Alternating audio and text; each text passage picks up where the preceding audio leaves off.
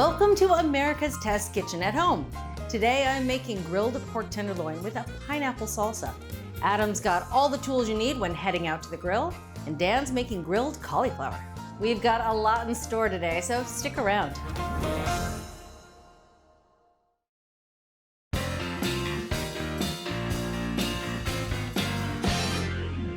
Pork tenderloin is often sold pre-seasoned or marinated at the supermarket, but I'm not a fan of those products. I think they taste a little artificial and they have a mushy texture. So today I'm going to show you how to make a good pork tenderloin with real flavor by putting it on the grill with a little spice rub. As long as we're on the grill, I'm going to make a quick grilled pineapple salsa to go with it. Now, how to tell if a pineapple is ripe? This is what I've been told, and this has always worked for me, so I'm going to pass it on to you. You want to try to pick the pineapple with a leaf from the center. If you can't pick the pineapple up, or it goes like that and the leaf falls out, your pineapple is ripe. I don't know if that's exactly true, but it's never let me down. All right, so now we're just going to grill half of this pineapple for the salsa. And we're going to cut the top off. And I'm going to cut the bottom off. Now I'm just going to use a sharp knife to cut the skin away from the pineapple. And I know there are some fancy ways to do it at a diagonal with these little grooves to get out those pineapple eyes. I'm still mastering that. So when I master it, then I'll show you. You want to trim away those dark eyes, but you don't want to waste too much pineapple. So this is where I go back and I try to just take off just enough because those eyes have a really funky texture that you don't want to eat. All right, so we're gonna save half of this pineapple for later. To grill the pineapple, I'm gonna cut this half a pineapple into 6 wedges, and I haven't removed the core yet. You can just slice it right out. Cut it into some nice long wedges that won't fall through the grill grates. I'm gonna put it over here on this baking sheet. We're gonna have a clean sheet for the cooked food when it comes back in. The salsa also has a little bit of red onion, and we're gonna grill that too for a little extra flavor. I'm just gonna cut off the stem end, then cut through the root end, leaving that root end intact so it helps keep those layers together. And now is when I peel the onion. Cut this into 8 wedges. That just ensures that they'll cook through quickly on the grill. Put these on the baking sheet to go outside. Now I'm gonna give that pork just a little bit of flavor by making a simple spice rub. And it starts with just a teaspoon and a half of kosher salt and secret ingredient, teaspoon and a half of sugar. This adds flavor, but it also encourages good browning on the grill. Half a teaspoon of cumin and half a teaspoon of chipotle powder, which adds spice and a little smoky flavor. So just gonna mix this up, and I'm going to reserve half a teaspoon of this to add to the salsa. That way the flavors will marry nicely. Time for the pork tenderloin. Now, usually these don't need a ton of trimming, but you can see this one has some silver skin. You wanna take that off because that's gonna be pretty chewy. Just gonna use a boning knife. Boning knives are good here because they're flexible. And that flexible knife is gonna make it really easy to get under that silver skin without getting too much of the meat. You just poke right under the silver skin and then angle the knife blade up. You see how it's angled up away from the pork tenderloin? That just allows you to get very little meat so you're not wasting a lot, but you're getting that chewy silver skin off. Now that looks pretty good. This little bit of fat I'm gonna leave on. It's gonna render on the grill and it's gonna taste pretty good. You don't want it to be too lean. I've put everything on the sheet pan. That just makes it easy to carry it out to the grill all at once. To get ready for the grill, the pineapple and the onions just need a little bit of oil. This is vegetable oil. I'm gonna rub it all over. And then for the pork tenderloin, I'm gonna sprinkle with this spice rub. You wanna sprinkle it all over. Oh, it's gonna add good flavor. All right, so this is all ready for the grill. I'm just gonna get cleaned up and we can head outside.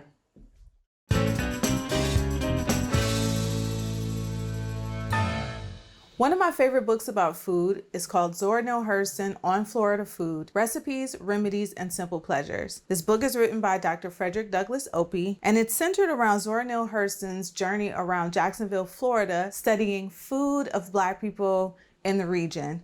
It's of the early 20th century, and it talks about food recipes and also recipes that heal the body, which is very interesting. It talks a lot about how the people of Jacksonville actually used herbs from the land for medicine. One of my favorite recipes is for upset stomach. Upset stomach remedy recipe makes 1 serving.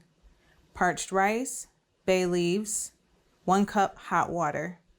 Make a tea of parched rice and bay leaves. Give a cup at a time. Drink no other water. Sounds like we've been doing a lot of food healing for a very long time. This book is full of great information about the people of Jacksonville. It has some really great Southern recipes, and also the health remedies actually do still work. Love what you're watching? Take your cooking to the next level with our Essential membership. Get instant access to thousands of recipes, tips, techniques, product reviews, and step-by-step videos. Our Members app allows you to search by ingredient, set dietary preferences, and save your favorite recipes. For those looking to level up, our newest feature, ATK Classes, offers more in-depth instruction led by ATK experts, so you can gain greater confidence in the kitchen. Start your free trial by visiting the App Store or going to americastestkitchen.com/YouTube today.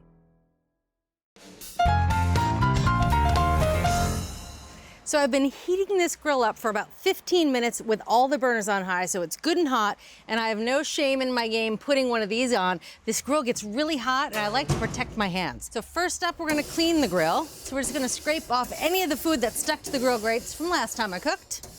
And now we're gonna oil the grill. So I have a wad of paper towels, I have a nice long pair of tongs, and a bowl of vegetable oil. And just dip the paper towels into the vegetable oil. We're gonna rub it all over the grill grates. Now that the grill is all good and clean, it's time to turn 2 of the burners off. I'm leaving just that primary burner on. That creates a hot side and a cool side, which is what you want when you're cooking pork tenderloin. And I'm gonna cook this on the hot side for about 8 minutes, turning it every few minutes so that it gets nice and well browned on all sides. Now, depending on the strength of your gas grill, you might wanna close the lid to help trap that heat so you can get nice browning on all sides. If you have a really powerful grill, however, you can just cook with the lid open.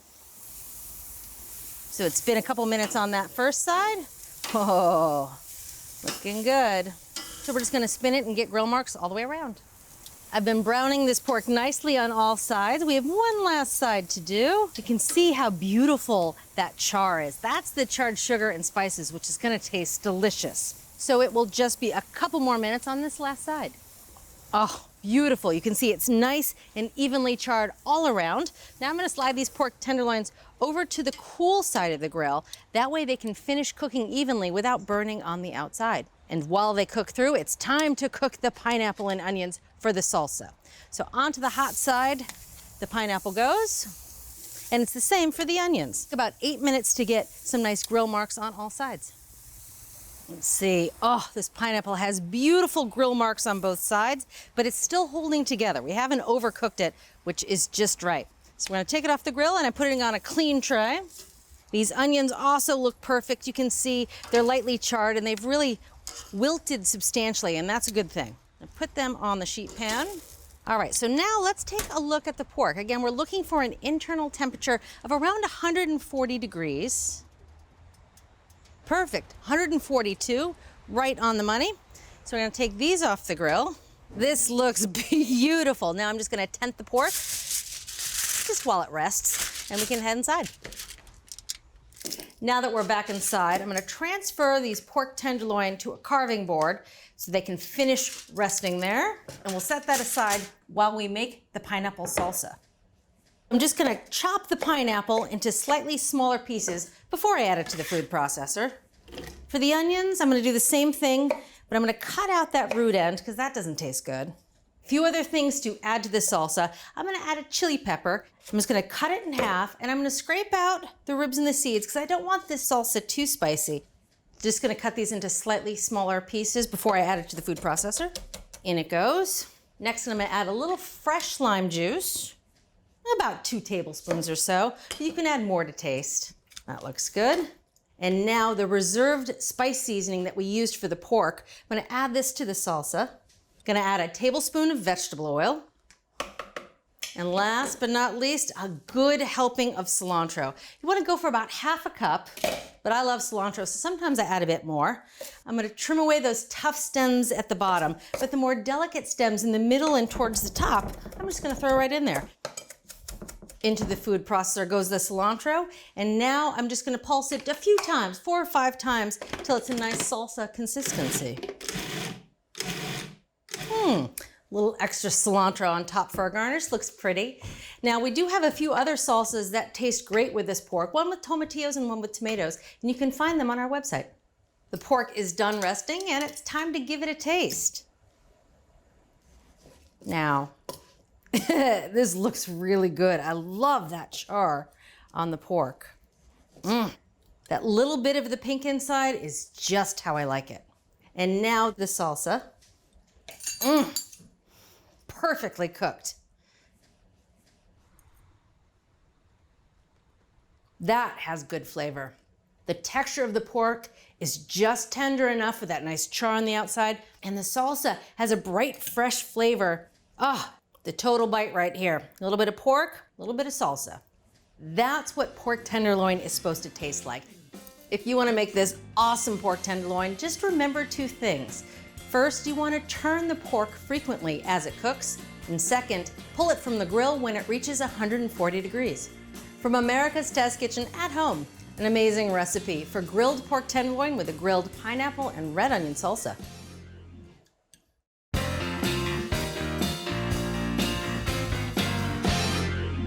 On a gorgeous day like this, you probably want to go outside and grill as badly as I do. And regardless of what you're going to cook or the type of grill you're using, there are a couple of tools and techniques that you can have on hand to set yourself up for grilling success. Now, a gas grill is undeniably convenient, and I use mine all the time, but to be honest, I still prefer the flavor and aroma of food cooked over charcoal. And in that case, you're going to have to light your charcoal. We don't like using lighter fluid because we think it gives the food sort of an off flavor. We prefer to use a chimney starter, and the chimney starter we prefer to use is the $15 Weber Rapid Fire. It's super simple to use. There's a little chamber in the bottom where you put a few sheets of crumpled up paper. You don't need much more than 2 or 3 sheets. You put that down in the grill, load the top chamber with charcoal, light that paper through one of these slits in the bottom. That will in turn light the charcoal, and 20 minutes later you'll have beautiful glowing coals, which you then have to pour out of the chimney starter into your grill. And that's one of the reasons we love this chimney starter. Look at this big beefy handle. It's easy to pick up, and there's a helper handle, so it's super easy to pour out the coals and aim them precisely. In my ever humble opinion, it is imperative to start with a hot, clean grill grate to hedge against any sticking. So you put the grate in place, you heat it up, and then you have to scrape it clean, and you're gonna need a grill brush for that. Our favorite model is this one. This is the Weber 12-inch grill brush. It's $8, and it's super easy to use. It's got this triangular head, and you take the wide end, and it covers a lot of territory on your grill grate. And then you can take the little edge of the triangle and put it in between the tines on the grill grate. This brush has wire bristles, and some people prefer to avoid those. So another great choice is this one. This is the Kona Safe Clean Bristle-Free Grill Brush. It's about $20, and instead of wires, it's got stainless steel coils as the brushing part. The next step is to oil the grill grate. And again, no matter what you're cooking, this is a good idea. You're gonna need a wad of paper towels, and our favorite is Bounty. You wad them up, you dip them into a little bit of neutral oil, and then you grab them with tongs and rub the oiled paper towel across the grate like that. These are our favorite tongs for grilling. They're the OXO Good Grip 16-inch locking tongs. They're about $15. They have a great degree of tension, and the business end, called the pincers, is precise enough to pick up a toothpick, hefty enough to pick up a big slab of ribs. I also use a lot of rimmed baking sheets when I grill. These are great for carrying raw food out to the grill, and you can use a clean one to bring the cooked food back in. This is our favorite one. It is the Nordic Ware Baker's Half Sheet. It's made of aluminum. It's about $15. I have 5 or 6 of these. I use them all the time. So here you have it, a few of our favorite tools for grilling.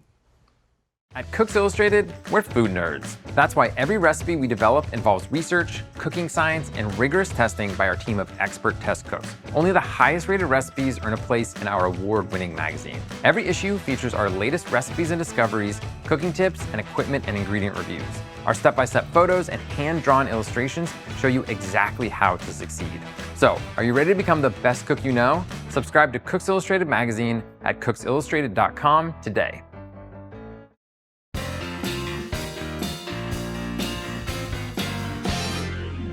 Cauliflower is one of my favorite vegetables, and a lot of people think of it as a cold weather vegetable. So in the fall and winter, and we roast it, we turn it into soup, and that's all great, but it's actually really nice on the grill. If you do everything right, you can get something that's charred on the outside, tender on the inside. It's really, really beautiful. So that's what we're gonna do today.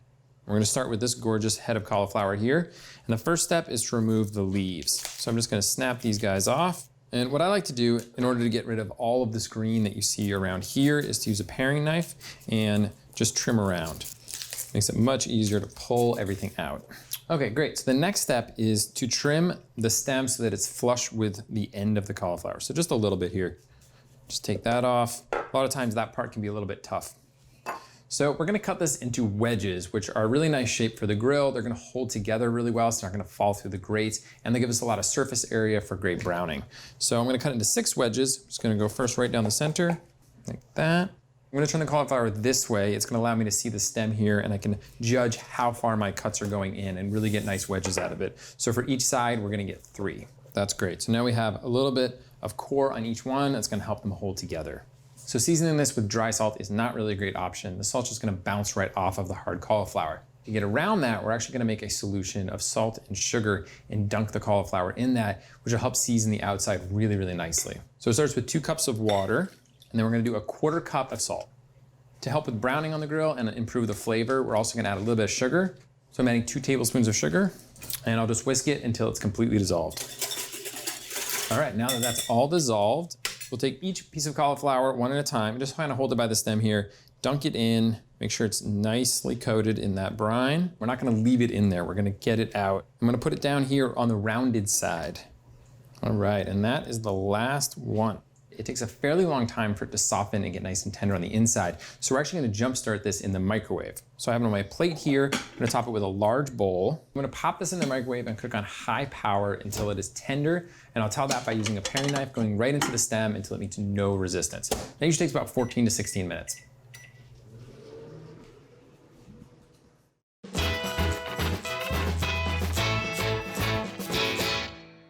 When I entertain, I really like putting out cheese and charcuterie. It's a really attractive and tasty way to give people a chance to kind of mingle, chit-chat, and snack. So let's get started. I have a robiola here. I cannot wait to eat this. It's gonna be delicious. Next up, a cheddar, and last, a nice brie. Make sure you have a couple that are really approachable, that are going to be really popular and satisfy everyone, and then have 1 or 2 items that are a little funky, a little challenging, so that people are trying something new. Next up, I have some meats. Here is a coppa. This is a cured Italian salumi. It's amazing. It's going to go right here. And I also have some summer sausage, but before I put that down, I'm going to lay down some mustard. And that's because I really like this sausage with a mustardy garnish, and it's a good idea to kind of clue your guests in as to which garnishes are for which item. And this doesn't have to be perfect. It's going to get partially covered with sausage. This gets the key players down, and now it's time to garnish. And we're just kind of filling in these empty spaces here. First up, I have some cornichons. They'll be great with both of the meats. Also great with those meats, pickled shallots. And what else do we have? Some peaches. I really like the peaches with the brie, and also I think the sweetness will be really nice with the summer sausage. So I'm gonna pop my peaches down over here. Some forks for the meats. That can be right there. If you don't have forks, toothpicks are great too. And last up, crackers. And that's it, just a couple simple tricks for the next time you entertain. So it's been 14 minutes and it looks good. See lots of steam in there. This is a very hot bowl, so you wanna be really careful as you take the top off. And I like to do it away from me so that you don't get hit with the steam. So I'm gonna take my paring knife and we're gonna test and make sure this is nice and tender. So we're going right into the stem and we should meet really no resistance at all. And that is super, super tender. That's perfect. When we go on the grill, we know that water is the enemy of good browning, so we wanna get rid of as much as we can on the surfaces. We'll get better browning for it. I'm gonna transfer my cauliflower over to this paper towel lined plate here and get rid of some of that excess moisture. And I'm just gonna pat them, make sure we get rid of any moisture that's kind of hanging out on the surfaces. You can see the paper towel on the bottom soaked up a lot, which is great. Now they're nice and dry. I'm gonna transfer them over here to this baking sheet, make it easier to take them out to the grill. After the cauliflower is grilled, there are so many different ways to finish it with different sauces, but I'm gonna go with something super simple, just chives and lemon. I'm gonna start with the chives here while my knife is still nice and dry, and I'm just gonna mince about a tablespoon. I find having them wrapped in a paper towel like I do here really helps hold them together, makes slicing a lot easier, and then as you get towards the end there, you can just push them up a little bit more. Otherwise, you got chives all over your cutting board. It's no good. Beautiful. Okay, next up, I'm gonna serve these with some lemon wedges. Now it's time to head out to the grill. So the grill has been heating on high for about 15 minutes, so it's nice and hot. I'm gonna turn the burners all down to medium high. Next step is I'm gonna get it nice and clean, so I'm gonna use my grill brush and give it a good scrub. And because we want nice browning and no sticking, I'm gonna put a little oil on this paper towel and grease them up. Now time for my cauliflower. Now this is nice and tender because we got it in the microwave for about 14 minutes. So we're just gonna look for really beautiful browning here on the grill. I've got a tablespoon of extra virgin olive oil here, and I'm gonna brush all sides with it. That's gonna help get us some really beautiful browning. Now we wanna flip them and make sure that we get both sides nice and oiled up. Okay, so now I'm gonna go onto the grill with the cut side facing down. I like to use a thin fish spatula for something like this. You can get under there, be really, really gentle with the cauliflower. It's a little bit more gentle than using tongs. Lower the lid here. We're gonna cook for about 3 to 4 minutes until it's spotty brown on that side, and then we'll flip.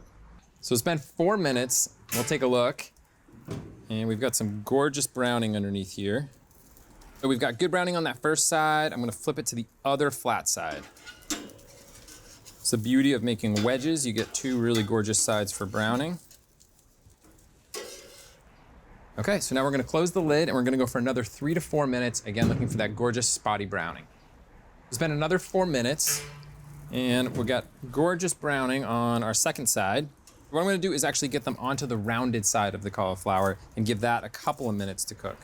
So that's only gonna take another minute or 2, and while that's happening, I'm gonna run inside and grab my platter. Okay, so it's been another 2 minutes and these are perfectly done now. So I'm gonna bring my platter over here and we'll pull them off. We're gonna finish this really simply. We want that cauliflower and char flavor to come through. So a little bit more extra virgin olive oil. I'm gonna use about a tablespoon. I really like to keep it in a squeeze bottle at home. Just makes it so much easier to apply it. So we'll just give a nice drizzle. Some freshly sliced chives on top. One of my favorite things to add. All right, so it is time to eat. I'm gonna go for this nice one right here.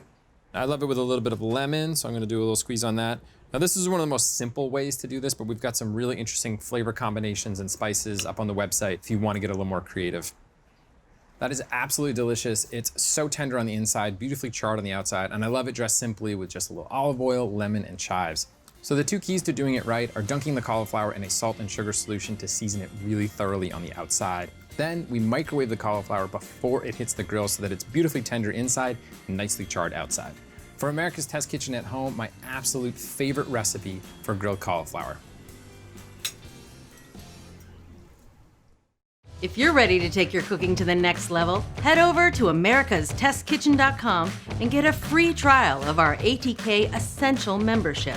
While you're there, you can sign up for our free email newsletters and download our app. So, what are you waiting for?